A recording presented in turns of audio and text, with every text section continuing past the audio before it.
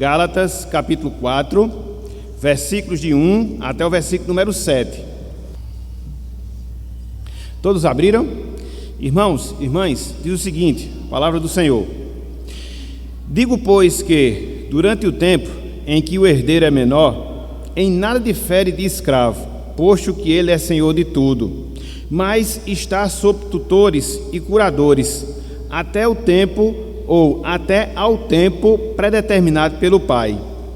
Assim também nós, quando éramos menores, estávamos servilmente sujeitos aos rudimentos do mundo. Vindo, porém, à plenitude do tempo, Deus enviou seu Filho, nascido de mulher, nascido sob a lei, para resgatar os que estavam sob a lei, a fim de que recebêssemos a adoção de filhos. E, porque vós sois filhos, enviou Deus ao nosso coração o Espírito de seu Filho, que clama: Abba, Pai.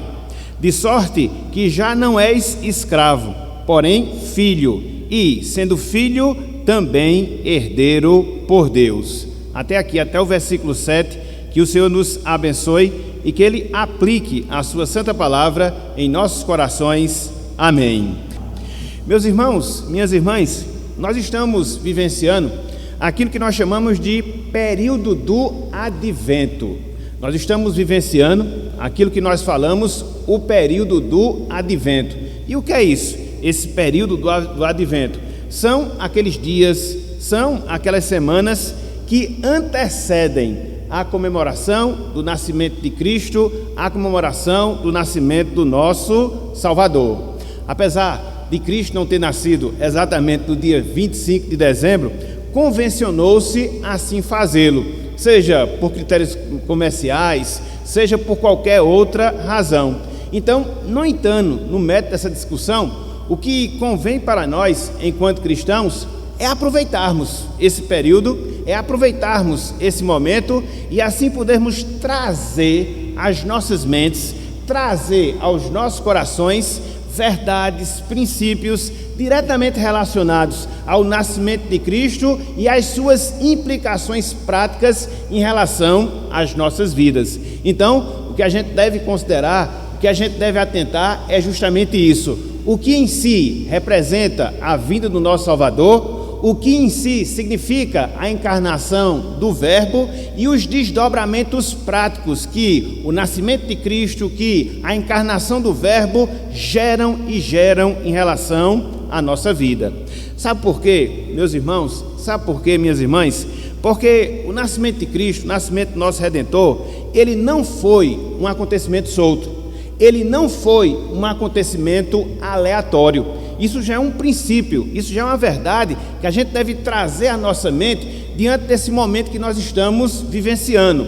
Repito, o nascimento de Cristo, a encarnação do nosso Salvador não foi um acontecimento aleatório, muito pelo contrário. O nascimento de Cristo, a encarnação do nosso Redentor, esteve incluído nos eternos propósitos de Deus, nos eternos propósitos do Senhor em relação à humanidade, em relação ao mundo. E aí, quando você considera esse aspecto, quando você atenta para essa realidade, você chega à conclusão que há pelo menos dois motivos, que há pelo menos duas razões pelas quais o nascimento de Cristo não foi jamais um acontecimento aleatório. Em primeiro lugar, meus irmãos, minhas irmãs, por causa do cumprimento em si. Porque quando nós consideramos o nascimento de Cristo, nós percebemos que ele é o resultado direto do cumprimento das profecias de Deus, conforme nós temos no Antigo Testamento. E não são poucas as profecias, são muitas. São profecias que nós encontramos desde Gênesis, capítulo 3, versículo 15, aquilo que nós chamamos de proto-evangelho, o primeiro evangelho, até o livro do profeta Malaquias, lá no capítulo 4, versículo 2, onde ele traz à nossa mente mais uma das muitas profecias relacionadas ao nascimento do Salvador. Então, a gente já pode perceber esse fato, a gente já pode considerar essa realidade. O nascimento do nosso Redentor não foi um acontecimento solto, não foi um fato aleatório, não. Em primeiro lugar, porque através dele se cumpriu as profecias de Deus. Mas não só isso. Em segundo lugar, o nascimento de Cristo não foi algo aleatório pelas circunstâncias em que ele se deu, pelas circunstâncias em que ele ocorreu. Tanto é que quando você olha para esse texto que nós lemos, lá no capítulo 4, versículo 4, você vê o apóstolo Paulo se referindo à plenitude dos tempos. Ou seja, no tempo exato, no tempo determinado, Deus coordenou todos os fatos, inclusive dentro da história humana, para que propiciassem a vinda de Cristo e também a propagação da sua palavra, a propagação do seu evangelho. Mais adiante, quando nós estivermos considerando essa passagem em si, a gente vai entrar nos detalhes do que significa essa expressão na plenitude dos tempos. Então, o que é que você vê aqui? Duas razões. O que é que você observa aqui? Dois motivos pelos quais o nascimento de Cristo não foi um acontecimento solto, aleatório. Em primeiro lugar, porque cumpriu as profecias em relação a esse acontecimento, conforme nós temos por todo o Antigo Testamento. Em segundo lugar, por causa das circunstâncias em que se deram o nascimento do Salvador, dentro de toda a organização do mundo, vamos assim dizer, para que isso pudesse acontecer. Então, meus irmãos, minhas irmãs, é sobre o nascimento de Cristo, é sobre os desdobramentos do nascimento de Cristo que a gente vê Paulo falando nesse texto. Gálatas capítulo 4, versículos de 1 até o versículo número 7. Aqui Paulo, ele está mostrando a função que a lei de Deus desempenhava em relação à nossa vida antes do Salvador, e mostrando o fato da vinda de Cristo e mostrando os desdobramentos práticos da vinda de Cristo para as nossas vidas. Vida de quem? As nossas vidas, de pessoas salvas, remidas, nós que fazemos parte do povo de Deus aqui na terra. Então, nessa semana de hoje, eu queria considerar o fato do nascimento de Cristo, eu queria considerar alguns desdobramentos práticos do nascimento de Cristo em relação às nossas vidas. Então, o tema do nosso estudo na manhã de hoje é as bênçãos do nascimento de Cristo. As bênçãos do nascimento de Cristo. E a gente vai ter pelo menos duas divisões ao longo do nosso estudo. Em primeiro lugar, a gente vai considerar o fato em si do nascimento de Cristo, conforme narrado pelo apóstolo Paulo, sobretudo aqui no versículo 4, e depois a gente vai ver os desdobramentos desse nascimento, desse fato, conforme Paulo escreve, versículo 5, versículo 6 e também versículo de número 7. Então, vamos fazer isso pela graça de Deus. Vamos fazer isso pela misericórdia do Senhor. Então, vamos lá. Vamos seguir o nosso roteiro. Em primeiro lugar, considerando o fato do nascimento de Cristo. Em primeiro lugar, considerando o fato do nascimento de Cristo. Vejam aí, meus irmãos. Vejam aí, minhas irmãs. Gálatas capítulo 4, versículo 4. Olha só o que nós temos aqui nesse trecho. Olha só o que nós temos aqui nesta passagem. Diz o seguinte: vindo, porém, veja, a plenitude do tempo, que mais?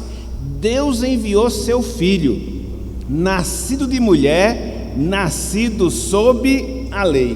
O que é que a gente tem aqui no versículo 4? Qual o resumo que nós temos aqui nesse trecho? Nada mais, nada menos do que a declaração. Não qualquer declaração, mas a declaração fantástica que Paulo, inspirado pelo Espírito Santo, faz do grande acontecimento que se deu nesse mundo, do grande acontecimento que se deu na humanidade. E que fato foi esse? Que acontecimento foi esse? Tão fantástico, tão grandioso. Paulo fala: o nascimento de Cristo, o nascimento do nosso Redentor. E aí, quando a gente considera em detalhes esse versículo 4, a gente percebe alguns aspectos interessantes que eles nos ensinam e que nos faz cada vez mais entender, nos faz cada vez mais enxergar a grandiosidade, o fato fantástico que é o nascimento do nosso Salvador. Em primeiro lugar, meus irmãos, em primeiro lugar, minhas irmãs, porque o nascimento de Cristo, veja, o nascimento de Cristo, entenda, ele ocorreu dentro do propósito de Deus. O nascimento de Cristo, ele se deu. O nascimento de Cristo, ele ocorreu dentro do propósito de Deus. É por isso que Paulo fala, logo no início do versículo 4, vindo, porém, a plenitude do tempo. Vindo, porém, a plenitude do tempo. Então, a vinda do nosso Salvador a este mundo ocorreu no tempo e ocorreu dentro das circunstâncias determinadas por Deus, determinadas pelo Senhor. Essa é uma verdade que jamais a gente deve esquecer. Esse é um fato que jamais a gente deve desconsiderar em relação à nossa vida. Cristo, ele veio a este mundo, a segunda pessoa da Santíssima Trindade, ela se encarnou, ela se tornou homem, não só dentro do tempo, mas também dentro das circunstâncias determinadas por Deus, determinadas pelo Senhor. O que é que a gente pode compreender? Que Deus, meus irmãos, que Deus, minhas irmãs, Ele preparou o mundo, no sentido aqui visível, para a vinda, para a chegada do seu Filho, para que não só o seu Filho viesse, mas também que ao vir seu Filho, ele pudesse proclamar a mensagem de boa nova, a mensagem de salvação. E não só fazer essa proclamação, mas fazer com que essa proclamação ela chegasse aos quatro cantos, pelo menos do Império Romano, que era o império que vigorava na época. Então, quando a gente pensa no nascimento de Cristo, quando a gente pensa no nascimento do Salvador, o que é que a gente percebe? A providência de Deus em ação.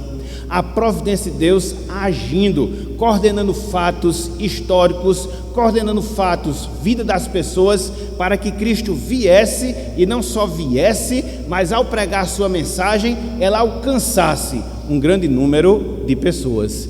E aí, quando a gente vê, no seu sentido prático, a gente percebe que vários povos, pelo menos 3 povos, foram utilizados por Deus dentro dessa arrumação do mundo, na providência de Deus, para que Cristo pudesse vir a este mundo. Em primeiro lugar, o que é que a gente pode considerar? A contribuição do povo grego, a contribuição dos gregos, através da sua língua, que era o grego koineu, o grego popular, que era a língua falada por todo o Império Romano. Então, quando Cristo veio, existia uma língua que, se talvez não fosse absoluta, ela era conhecida pela maioria das pessoas. Tanto é que todos os livros que nós temos no Novo Testamento foram escritos em grego, que era o idioma comum, o idioma normal das pessoas. Então, quando Cristo veio, a realidade era essa. Existia aquilo que a gente pode dizer que um idioma universal. E dentro desse idioma universal, a mensagem do Evangelho,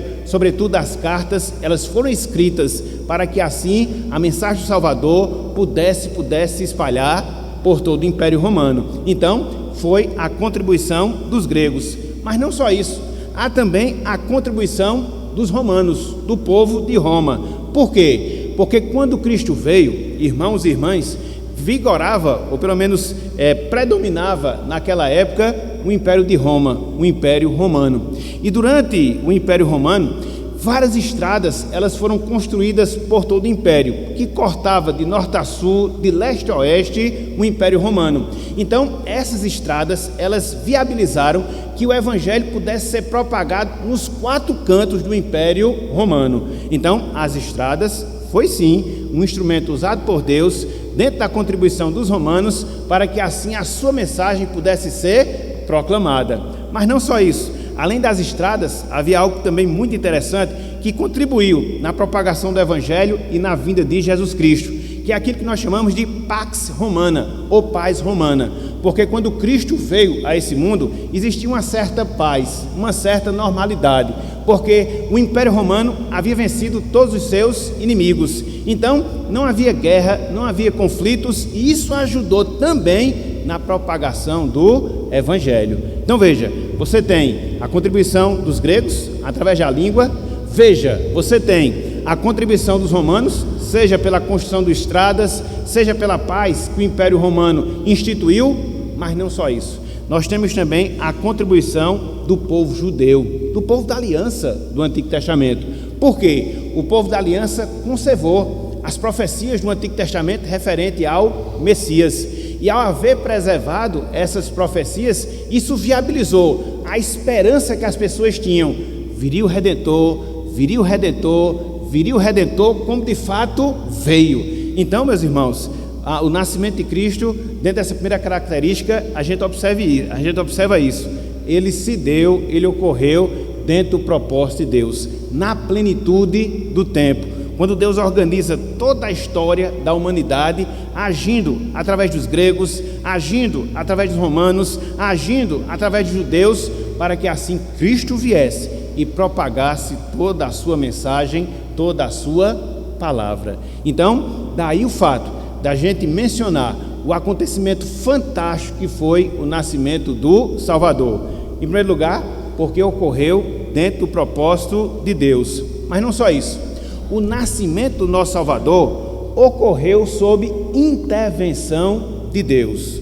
O nascimento do nosso Salvador ocorreu sob intervenção de Deus. Ainda no versículo 4, Paulo ele diz: Deus enviou seu Filho. O que é que a gente percebe aqui? Deus ele interveio na história humana. Ele se propôs a nos dar o seu Filho. Ele agiu diretamente para que, a partir disso, o plano redentor fosse uma realidade em nossas vidas. Via de regra, meus irmãos, minhas irmãs, a gente tem a tendência de valorizar a morte de Cristo na cruz do Calvário. E, de fato, foi um acontecimento importantíssimo dentro do processo de salvação.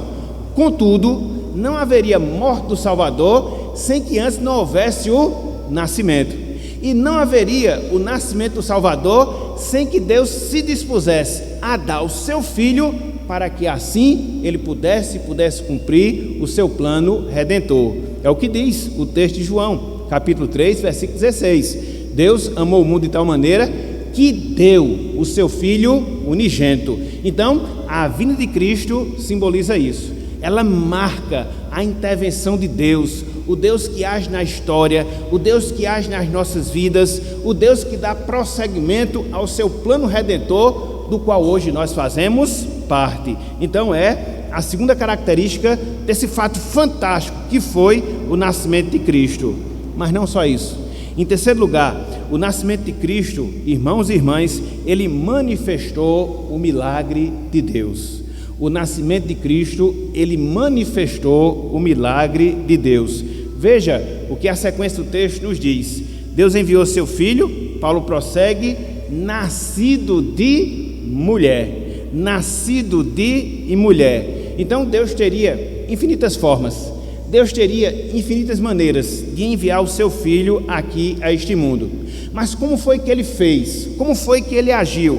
Ele fez tomando a natureza humana, se fazendo homem, igual a nós, com exceção dos nossos pecados. E para que isso se desse, para que isso ocorresse, Cristo, ele nasceu de quem? Nasceu de uma mulher, de maneira sobrenatural. É aquilo que nós chamamos de concepção virginal. Então veja que o nascimento de Cristo denota justamente isso. O quê? As ações milagrosas de Deus. Deus faz aquilo que está além do natural.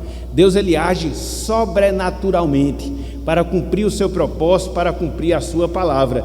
Tanto é que de todos os seres humanos que já nasceram aqui neste mundo, com exceção de Adão, Cristo foi o único que nasceu por concepção milagrosa, através da ação sobrenatural do Espírito Santo, vindo sobre a Virgem Maria e fazendo com que ela concebesse um ente santo. Então o que é isso? Milagre de Deus, milagre do Senhor. Então veja, a terceira característica que faz do nascimento de Cristo um acontecimento fantástico. Ocorreu dentro do propósito de Deus, ocorreu pela intervenção de Deus e manifestou o milagre de Deus. Mas não somente isso. Fechando aqui o versículo 4, no nascimento de Cristo nós vemos que ele, Cristo, se sujeitou. Veja, ele, Cristo, se sujeitou à lei de Deus. Finalzinho do versículo 4. Paulo assim nos diz, veja, nascido sob a lei. É interessante porque, não obstante Cristo ter sido o autor da lei, inspirando, através do seu Espírito, os homens de Deus, para que pudessem escrever todo o Antigo Testamento, e sobretudo dando a lei a Moisés, quando Cristo ele vem, meus irmãos, quando Cristo nasce, minhas irmãs, ele vem para obedecer completamente toda a lei de Deus, quer seja a lei moral, os 10 mandamentos, quer seja a a lei civil, aquilo que regia a vida dos judeus, dos israelitas, quer seja a lei cerimonial, que regulava a religião do povo de Israel. Então, em todos os seus 3 aspectos, dentro de todas as suas minúcias, o que é que nós percebemos? Que Cristo, ele cumpriu cabalmente, em todos os seus detalhes, a lei de Deus. Ele veio fazer aquilo que Adão não fez. Ele veio fazer aquilo que a gente não consegue fazer, ou seja, cumprir completamente a lei de Deus. Então, quando você olha aqui para esse texto, versículo 4, do capítulo 4 de Gálatas, você percebe isso, o acontecimento fantástico que foi o nascimento do Salvador, ocorrendo dentro do propósito de Deus, marcando a intervenção de Deus no nosso mundo, manifestando o seu milagre em relação às nossas vidas e também, enquanto filho, se sujeitando a toda a lei de Deus, a toda a lei do Senhor. E quando eu fiz menção destas coisas, meus irmãos, quando eu fiz menção dessas coisas, minhas irmãs, é para que nós possamos considerar o quê? A beleza que está em volta no nascimento de Cristo. É um fato ímpar, é um fato singular, é um fato único, por tudo isso que envolve o nascimento do nosso Salvador. Faz com que, através dele, nós enxerguemos a soberania de Deus. Faz com que, através dele, a gente possa contemplar o poder de Deus.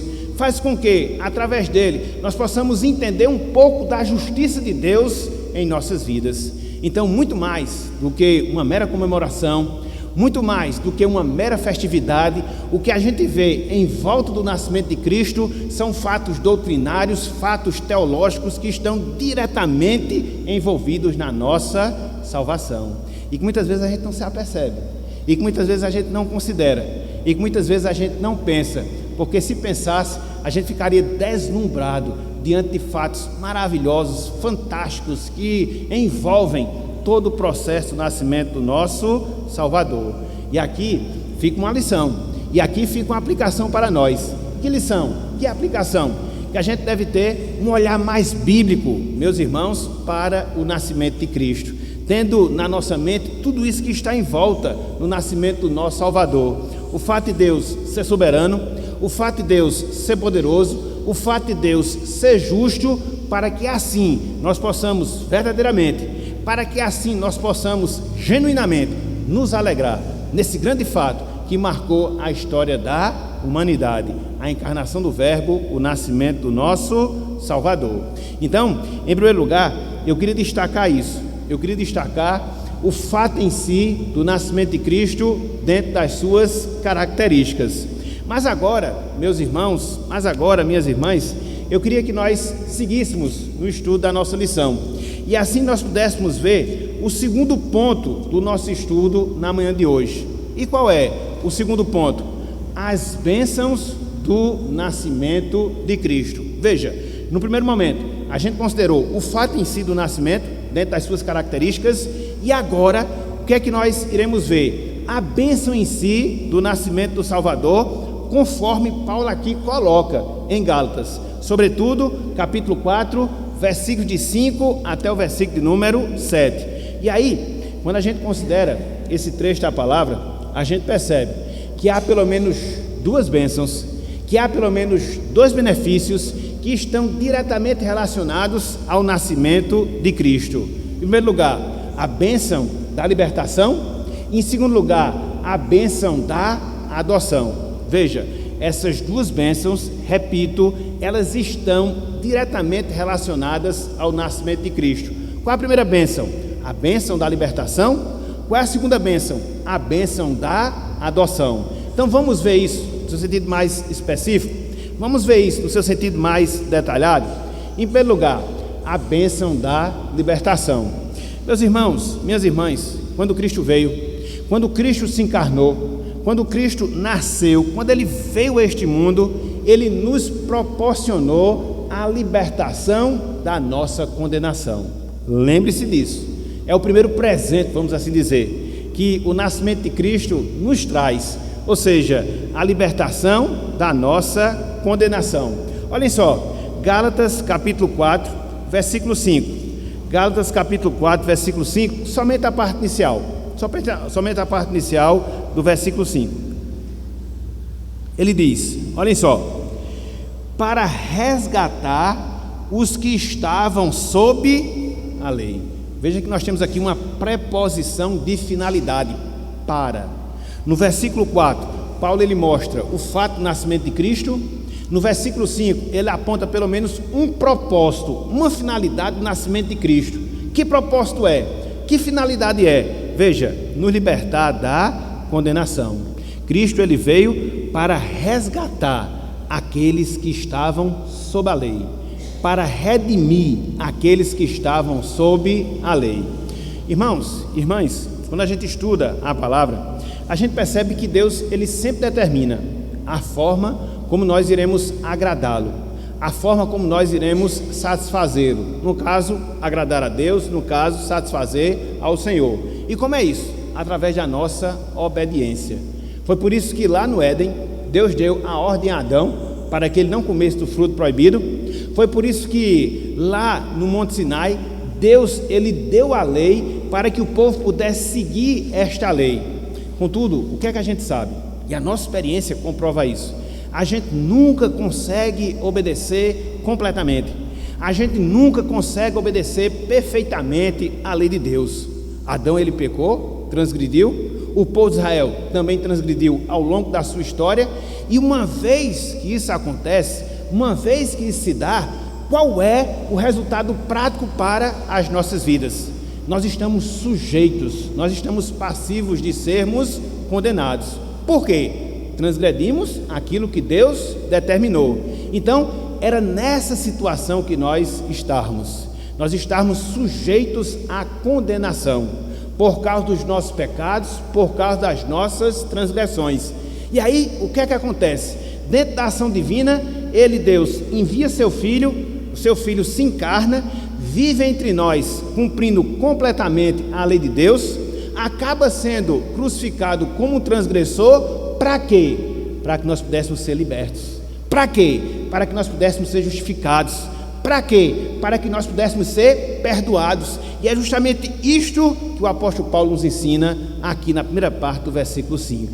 Cristo veio, meus irmãos, Cristo nasceu, minhas irmãs, com esse objetivo, nos livrar, nos resgatar, nos redimir da transgressão da lei que nos levava à condenação. Veja que quando a gente pensa no nascimento de Cristo, a gente não considera isso, né? As suas implicações mais diretas, os seus desdobramentos mais práticos. Mas quando você consegue ter essa percepção, essa visão, de acordo com o ensino da palavra de Deus, é esta a conclusão a que nós iremos chegar. Cristo veio, sim. Se encarnou, sim. Tomou a forma humana, sim. Viveu obedientemente a lei de Deus, sim. Para quê? Para nos resgatar da condenação da lei. Que maravilha, meus irmãos, que maravilha, minhas irmãs. Ainda na carta aos Gálatas, voltem aí, bem rapidinho, capítulo 3, veja no versículo 13, o que Paulo fala, se não é a mesma coisa que ele está ensinando um pouco mais adiante, no capítulo 4, versículo 5, parte inicial. Olha só, Gálatas capítulo 3, versículo 13. Olha só o que ele diz aqui, ó. Gálatas 3:13. Cristo nos resgatou de quê? Da maldição de quê? Como? Fazendo-se Ele próprio maldição em nosso lugar. Porque está escrito: maldito todo aquele que for pendurado em madeiro. Então Ele nos livra da maldição da lei, se fazendo Ele mesmo maldição em nosso lugar. E Ele se fez maldição em nosso lugar porque Ele se encarnou. Ele se fez maldição em nosso lugar porque Ele tomou a forma humana, porque Ele viveu entre nós, se sujeitou a essa lei e a cumpriu em seus detalhes, contudo foi penalizado como um transgressor. Então houve o que nós chamamos de substituição. Ele toma para si os nossos pecados e carrega a culpa que seria derramada sobre nós, e coloca sobre nossas vidas a sua justiça, de sorte que por causa disso, meus irmãos, por causa disso, minhas irmãs, você, todos nós, podemos dizer em alto e bom som: eu estou absolvido. A lei de Deus não pesa mais sobre mim como maldição. Hoje, eu devo ter um comportamento em relação à lei? Sim, a lei no seu sentido moral. No sentido de que a lei, ela reflete a natureza santa de Deus. E aí eu devo observá-la. E aí eu devo obedecê-la. E aí, essa observação, essa obediência, não se dão pela minha própria força, mas a graça de Cristo que opera em mim, a graça de Cristo que está em mim, me capacita a seguir nessa lei. Não que para isso, ou por causa disso, eu vou ser salvo, mas porque eu já sou salvo. Então, repito, tudo isso se deu por causa de quê? Por causa do nascimento de Cristo, por causa da encarnação do nosso Salvador. É a primeira bênção, é o primeiro benefício. Contudo, olhando para esse texto, a gente chega à conclusão que há uma segunda bênção, que há um segundo benefício que está relacionado à vinda do nosso Salvador. Se por um lado, meus irmãos, se por um lado, minhas irmãs, a gente obteve a libertação da condenação que recairia sobre nós, em segundo lugar, pelo fato de Cristo ter vindo, em segundo lugar, pelo fato de Cristo ter se encarnado, veja, hoje nós recebemos, em segundo lugar, a segunda bênção, a adoção de filhos. A adoção de filhos. Olhem aí, versículo 5, parte B. Olhem aí, o versículo 7, a parte A. Vamos lá, Gálatas, capítulo 4, versículo 5, parte B, e também versículo 7, a parte A do versículo 7. Olha só, eu vou ler o versículo 5 todo, só para a gente se inteirar aqui da sequência. Diz o texto, veja: para resgatar os que estavam sob a lei, e olha só agora, a fim de que recebêssemos o quê? A adoção de filhos. A adoção de filhos. Versículo 7, parte inicial: de sorte que já não és escravo, porém o quê? Filho, e sendo filho, também herdeiro por Deus. Que maravilha, meus irmãos, que maravilha, minhas irmãs. O nascimento de Cristo nos dá de presente a adoção espiritual, a adoção em relação a Deus. Este é um segundo presente que a encarnação do Verbo propicia a nós, que somos seres humanos.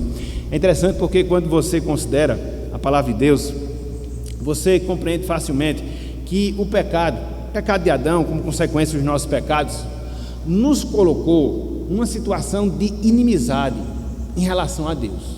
Veja, o pecado nos colocou numa condição de inimizade em relação a Deus. Tanto é que, conforme Isaías nos ensina, o pecado nos faz barreira entre nós e Deus. Existe essa cisão, existe essa separação. Então, por causa do pecado, era impossível para nós mantermos comunhão. Por causa do pecado, era impossível para nós nos relacionarmos com Deus. Isso era impossível. Mas veja, diante desse quadro terrível, diante desse quadro extremamente péssimo que recaía sobre nós, o que é que acontece? Cristo, ele vem, conforme nós falamos, para nos libertar da condenação da lei. E ao nos libertar da condenação da lei, Cristo, ele nos liga novamente com Deus, faz com que a gente possa readquirir a comunhão que Adão tinha antes da queda, antes do pecado. Mas Cristo, meus irmãos, Cristo, minhas irmãs, faz algo tão fantástico, faz algo tão perfeito, que não é agora uma mera união que nós temos com Deus. Agora nós fazemos parte da sua família, mas nós não fazemos parte da sua família como qualquer parente. Nós fazemos parte da família de Deus dentro do nível mais íntimo. Que nível é? Nós agora somos filhos de Deus. Veja, tudo isso aconteceu como um desdobramento prático do nascimento de Cristo, da sua encarnação. E é por isso, irmãos, é por isso, minhas irmãs, que hoje nós somos adotados por Deus no sentido espiritual. Deus nos recebeu como seus filhos, e assim Ele nos promete todos os privilégios dessa condição, não só os privilégios presentes que já desfrutamos, mas também os privilégios futuros que nós iremos desfrutar. É interessante porque acerca dessa adoção, a gente não vê apenas o apóstolo Paulo ensinando esse fato aqui em Gálatas, capítulo 4. Se a gente volta um pouco às nossas Bíblias, inclusive lá para os evangelhos, sobretudo para o evangelho de João, a gente já percebe que uma das finalidades da vinda de Cristo seria proporcionar a nossa adoção espiritual. Sem desmarcar aqui esse texto de Gálatas, abram aí, por favor. Evangelho de João, capítulo 1. Evangelho de João, capítulo 1. Somente o versículo 12. Somente o versículo 12. Sem desmarcar esse texto aí de Gálatas.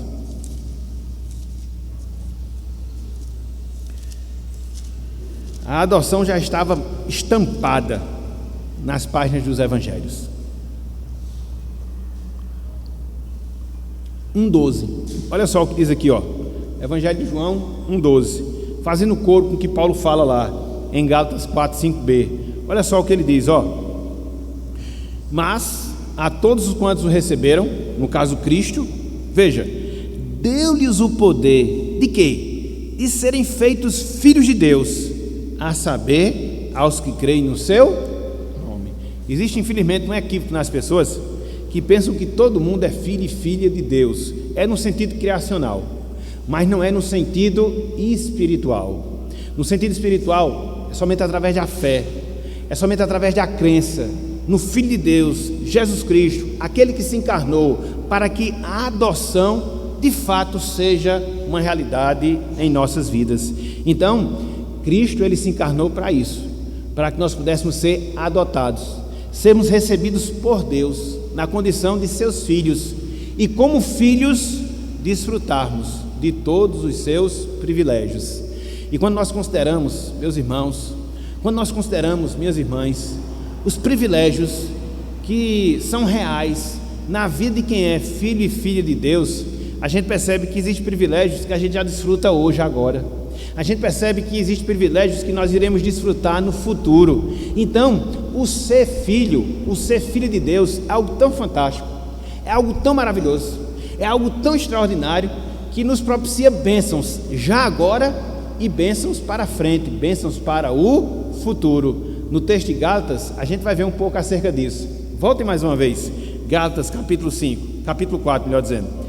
Vamos ver 1, 2, 3 bênçãos, 1, 2, 3 privilégios que eu, você, todos nós temos, que fomos adotados por causa do nascimento de Cristo, a encarnação do Verbo. Então, a primeira bênção, o primeiro privilégio, hoje, irmãos e irmãs, nós desfrutamos da presença do Espírito Santo. Hoje nós desfrutamos da presença do Espírito Santo. Veja o que Paulo fala no versículo 6, parte A do versículo 6. Olha só. E, porque vós sois filhos, veja, enviou ao nosso coração o Espírito do seu Filho. Deus nos fez seus filhos, e comprova esse fato com a presença do seu Espírito, o Espírito de Cristo em nossas vidas. Irmãos, irmãs, isso é um privilégio muito grande. Eu não sei se você já parou para pensar, eu não sei se você já parou para raciocinar o que é ter a presença de Deus, do próprio Deus na nossa vida. A gente não vê isso não, porque o Espírito Santo é um ser invisível, mas a gente sente isso. O Deus Santo, 3 vezes santo, poderoso, bondoso, amoroso, habitando em pobres pecadores, miseráveis pecadores, como é eu e você. Já raciocinou em relação a esse privilégio? Isso é possível e é realidade na nossa vida, porque um dia Cristo veio e se encarnou, tomou a natureza humana para que nós homens pudéssemos ser a habitação do seu Espírito em relação às nossas vidas. Então isso é real, isso é concreto, isso é verdadeiro. E o apóstolo Paulo, ele reitera esse fato quando ele escreve a sua carta aos Romanos. Abram aí, meus irmãos, sem desmarcar esse texto de Gálatas 4:6. Abram aí, Romanos capítulo 8. Eu gosto de Natal, porque Natal é pura teologia, entendeu? Você tem essa visão mais específica das coisas e vê como tudo se encaixa doutrinariamente. Então veja aí, ó, Romanos capítulo 8, versículo 14. Olha só o que diz aqui esse texto, ó. Olha só, Romanos 8, 14. Não desmarque Gálatas não, já a gente volta, viu? Já a gente volta, estou já terminando. Então, olha só o que diz aqui, ó. Pois todos os que são guiados pelo Espírito de Deus são o quê? Está vendo aí? Nós temos o Espírito Santo. E é interessante porque ao termos o Espírito Santo, que se confirma a presença de Deus na nossa vida. Lá em Isaías capítulo 7, versículo 14, quando se anuncia, um dos anúncios da vinda de Cristo, é dito que o Filho de Deus que nasceria seria o Deus Emanuel. A palavra Emanuel significa o quê? Deus conosco. E Deus está conosco hoje, através do seu Espírito. Deus estará conosco sempre, até a consumação da nossa salvação. Então isso é a realidade da nossa vida, isso é um privilégio de quem é adotado, isso é um benefício de quem é filho de Deus. Ele desfruta da presença do Espírito Santo na sua vida, ele desfruta da presença da companhia de Deus no seu coração. É uma bênção presente, hoje, agora, nesse instante, a gente já desfrutando dela. Mas não só isso, em segundo lugar, meus irmãos, em segundo lugar, minhas irmãs, pelo fato de nós termos a presença do Espírito Santo no nosso coração, hoje também a gente desfruta da intimidade de Deus. Hoje a gente desfruta da intimidade de Deus. Volte mais uma vez para Gálatas capítulo 4, versículo 6, a parte B. Olha só, somos filhos e como filhos desfrutamos de intimidade com Deus, Olha só, e porque vós sois filhos, enviou Deus ao nosso coração o Espírito de seu Filho, veja, que clama, Abba, Pai. Essa palavra aqui significa pai no sentido mais íntimo, no sentido mais fraterno, paizinho, né? Se a gente pegasse aqui um linguajar nordestino, painho, né? Se a gente pudesse usar aqui um linguajar mais nordestino, mas é isso que a palavra traduz, é um relacionamento de intimidade, de proximidade. Então veja que Deus agora não ser estranho, indiferente, distante das nossas vidas. Ele é nosso Pai, mas não é um Pai carrasco, durão, não, é um Pai amoroso, é um Pai que está próximo, que está íntimo a nós, e que a gente possa dirigir para Ele, dizer, Paizinho. Essa é a realidade que nós desfrutamos hoje, chamar Deus de Abba, Paizinho, chamar Deus de nosso Pai. E é isso que Paulo também fala. Existe um paralelo aqui em Romanos 8 e em Gálatas 4. Volte mais uma vez, Romanos 8, só para a gente poder confirmar esse fato. Olha só o que nos diz Romanos 8, versículo 15. Se não é a mesma coisa que Paulo está falando lá em Gálatas, capítulo 4. Olha só, Romanos 8, 15. Olha só. Porque não recebestes o espírito de escravidão, para viverdes outra vez atemorizados. Veja, mas recebestes o espírito de adoção, baseado no qual clamamos o quê? Abba, Pai. A mesma coisa que ele falou mais na frente, a mesma coisa. Então a gente agora não tem mais temor de se voltar para Deus. Agora a gente tem essa ousadia, a gente tem essa intimidade com Deus. É um privilégio presente. Então veja, fomos adotados, é o grande presente, um dos grandes presentes do nascimento de Cristo para as nossas vidas. E veja, pelo fato de nós termos sido adotados, nós temos a presença do Espírito Santo. Pelo fato de nós termos sido adotados, nós temos intimidade com Deus. E agora, veja, pelo fato de nós termos sido adotados, nós temos garantida uma herança celestial. Pelo fato de nós termos sido adotados, nós temos agora a garantia de recebermos uma herança celestial. Veja que quem é filho de pai rico sempre tem uma herança, né? Dizem que quem é filho de pai pobre só tem dívida, né, depois que morre, né? Mas no caso espiritual não, entendeu? Nós somos filhos de um pai rico, infinitamente rico, não só no sentido material, mas com toda sorte de bênçãos espirituais. Paulo fala isso lá em Efésios capítulo 1, versículo 3. Então, o que é que acontece? Nessa condição de filhos, nós temos essa garantia, que receberemos uma herança imaculada, inacessível, gloriosa, eterna, nos céus. E Paulo fala isso. Olha só, Gálatas capítulo 4, olha só, Gálatas capítulo 4, veja se não é isso que ele fala. Olha só, Gálatas capítulo 4, versículo 7, ele diz, de sorte que já não és escravo, porém filho, veja, e sendo filho também herdeiro por Deus. Está vendo aí? Todo filho tem direito a uma herança, quando o pai deixa alguma coisa. Então, no sentido espiritual, nós somos essas pessoas. Receberemos a herança de Deus, receberemos a herança do nosso Pai. E mais uma vez, reitero, Paulo fala disso lá em Romanos 8. Olha só o que ele nos diz acerca desse fato. Romanos capítulo 8, é esse paralelo que tem entre esses dois textos, Romanos 8 e Gálatas 4. Olha só, Romanos 8, versículo 17. Romanos 8, versículo 17. Bem igualzinho o que Paulo está falando em Gálatas. Veja, ora, se somos filhos, somos também herdeiros.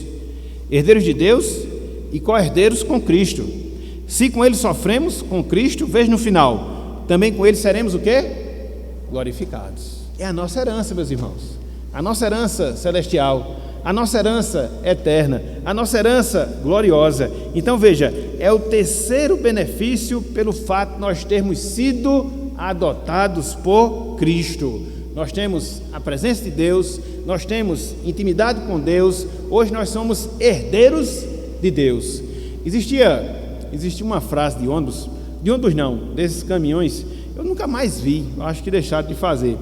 Deixa eu ver se eu tento me lembrar dessa frase, me veio à mente agora, que a gente está falando sobre essas coisas. Dizia o seguinte: filho de Deus, irmão de Jesus, é o fraco esse menino. Desconsiderando os exageros, acaba sendo uma verdade, entendeu? Por causa desses benefícios que nós temos, meus irmãos. A gente colocou 3 aqui, a presença do Espírito Santo, a intimidade com Deus, uma herança celestial. Você quer mais o quê? Não tem mais nada. Então a gente já tem tudo. Por quê? Porque nós somos adotados. Então veja, são as duas bênçãos, os dois benefícios que nós temos a partir do nascimento de Cristo. Nós fomos adotados por Deus e também nós fomos resgatados do estado de condenação. Então, fechando aqui a nossa aula, já passou até um pouco mais do tempo. O que é que a gente queria falar aqui nessa conclusão? O nascimento de Cristo, meus irmãos, minhas irmãs, é mais do que um evento histórico. O nascimento de Cristo é mais do que um evento histórico. Ele é um acontecimento teológico. Ele está relacionado diretamente a aspectos da nossa vida espiritual, que estão diretamente ligados à nossa salvação, desde a salvação em si até a nossa glorificação. No nascimento de Cristo, a gente vê Deus trazendo presentes para nós, não meros presentes materiais que se acabam, que se corroem, mas bênçãos espirituais, nos resgatando da condenação, nos fazendo filhos seus, desfrutando da presença do seu Espírito, desfrutando da sua intimidade, agora sendo herdeiro de todo o reino celestial e eterno que Ele tem preparado para nós. Então tudo isso é termos uma concepção clara, bíblica, concreta do que seja o Natal, do que seja o nascimento de Cristo. Então, meus irmãos, minhas irmãs, aproveitemos esse momento, aproveitemos esse instante para sermos gratos a Deus, nós que experimentamos todas essas realidades que nós acabamos de considerar agora há pouco, sobretudo no segundo ponto do nosso estudo. Mas não só isso, que nós possamos ser testemunhas desse Cristo, aproveitando esse momento sim, aproveitando esse instante sim, para quê? Para podermos falar do Evangelho, as boas novas de salvação. Cristo veio ao mundo, Ele se encarnou, Ele nasceu para resgatar as pessoas da condenação da lei, para dar às pessoas o status de filho de Deus, e é assim que nós preguemos dentro dessa esperança, na expectativa de que Deus faça a obra e assim possa chamar pessoas que estão nas trevas para o seu reino e reino da luz. Que Deus nos abençoe e que Ele aplique a sua palavra em nosso coração. Amém.